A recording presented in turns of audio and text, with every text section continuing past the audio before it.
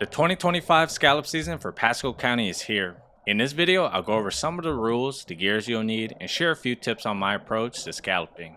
Let's start with an overview of the rules for Pasco County in 2025. The season is open from July 10th through August 18th. Anyone scalloping needs a Florida saltwater fishing license unless you're under 16 or over 65. I'll include a link to the Florida Fish and Wildlife website where you can order one online. Here's a breakdown of the prices. Each person is allowed 2 gallons of scallops. The boat limit is 10 gallons total, but you must follow the lower of the 2 limits. So if you have 2 people on board, you're allowed 4 gallons combined. An easy trick to keep track of your catch is to use a 5-gallon bucket and use a marker to mark each gallon by pouring in 1 gallon of water at a time. There is no minimum size limit, but it is encouraged to throw the smaller ones back by using a scallop sorter.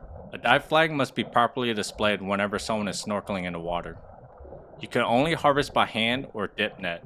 I prefer using my hands, but dip nets can be helpful for kids or anyone who has trouble diving down.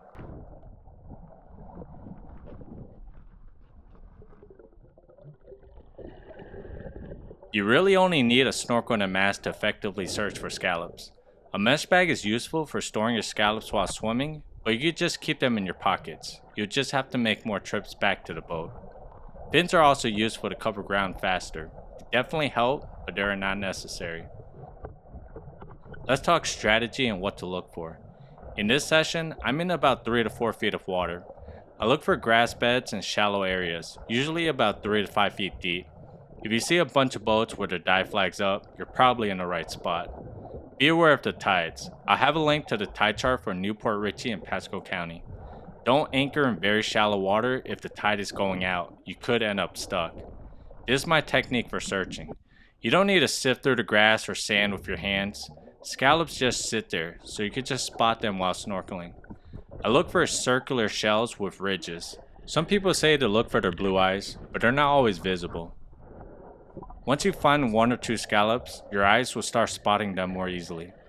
In taller grass, like this area, I'm mostly looking just straight down since visibility to both sides is somewhat limited. Swim against the current when possible.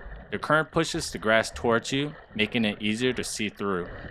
In areas with shorter grass or sandy patches, I'm able to scan around a bit more.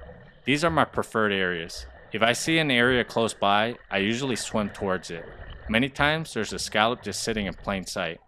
When I spot a scallop, I take my time. There's no rush.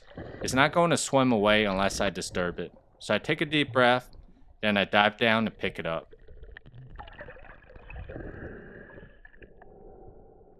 Every so often, pop your head up to check your distance from the boat and watch for approaching boats. You can usually hear the motor from an approaching boat underwater, but don't rely on that alone. Make sure not to swim too far from your boat and your dive flag. If your snorkel mask gets foggy, clear it out. A clear mask makes a big difference. I usually just spit into the lens, rub the saliva around, and rinse it out into salt water. It works as a temporary anti-fog. Once your group has thoroughly searched the area around the boat, just move the boat a little bit further down to explore a fresh area. No need to go far unless the current spot isn't producing. The best time to go scalloping is the beginning of the season. By the end, most of the scallops have already been picked. And that's pretty much it. If you have any questions or if I missed anything, let me know in the comments. I hope this video helped you out. Thanks for watching.